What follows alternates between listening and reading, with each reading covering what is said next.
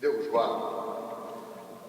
Jo he de presentar la misericòrdia als pares de l'Església i certament que em produeix un cert agraïment, que diuen els de Mallorca, haver de parlar als pares de l'Església davant del volgut amic Joan Torra, que és el patròleg més important que tenim aquí al nostre país. Però, com que em va tocar traduir-lo, amb molt de gust ho faig.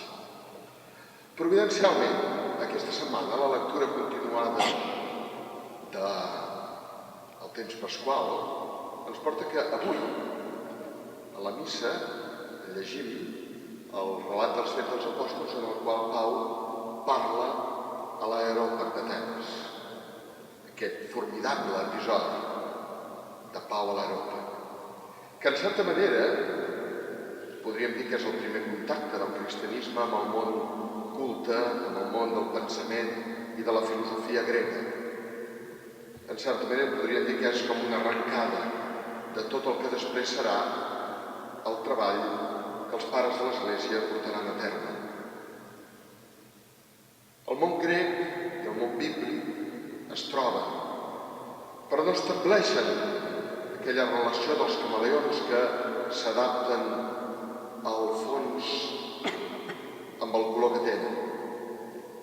Justament, el tema de la misericòrdia em sembla que és molt eloqüent i molt il·luminador en aquest sentit, perquè quan Jesucrist mateix a la paràbola de Mateu s'identifica amb els afamats i els assedegats, amb els forasters i els despullats, amb els malalts i els presoners, s'arriba al nucli de la fonamentació cristiana, que ni en el judaïsme ni en la filosofia grecorromana de l'antiguitat es troba cap formulació segons la qual Déu mateix pateix necessitat en els seus pobres i parla d'ells com de si mateix.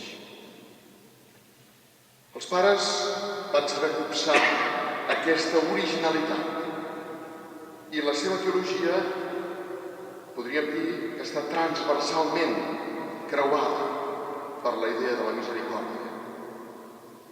Així ho proposa la primera part d'aquest volumet, un volum que ha preparat dos grans patròlegs romans, el pare Vittorino Grassi, professor de mossèn Torra, a l'Agustinianum, i monsenyor del Còvolo, que també és un home notable en aquest camp. La segona part està dedicada a Sant Agustí, conegut com el veritable cantor de la misericòrdia, i especialitzat, és a dir, Vittorino Grassi és especialitzat en aquest pare de l'Església llatina. I finalment, uns passatges de diversos pares com a subsidi per la pregària i per la reflexió durant aquest any. I una darrera reflexió a partir dels pares de l'Església. La gran majoria, per no dir tots, dels protagonistes de la renovació teològica del segle XX van fonamentar el seu pensament en els pares de l'Església. Des de John Henry Newman fins als grans experts del Vaticà II, eren teòlegs, eren persones profundament amarats dels pares de l'Església, del seu pensament, de la seva paraula. Per tant, doncs, penso que avui els pares continuen sent el millor instrument per una veritable hermenèutica de la reforma, de la renovació dintre de la continuïtat en la qual, com ens està dient el Papa Francesc, la misericòrdia ha de ser una idea de fons transversal a totes les accions de l'Església Catòlica.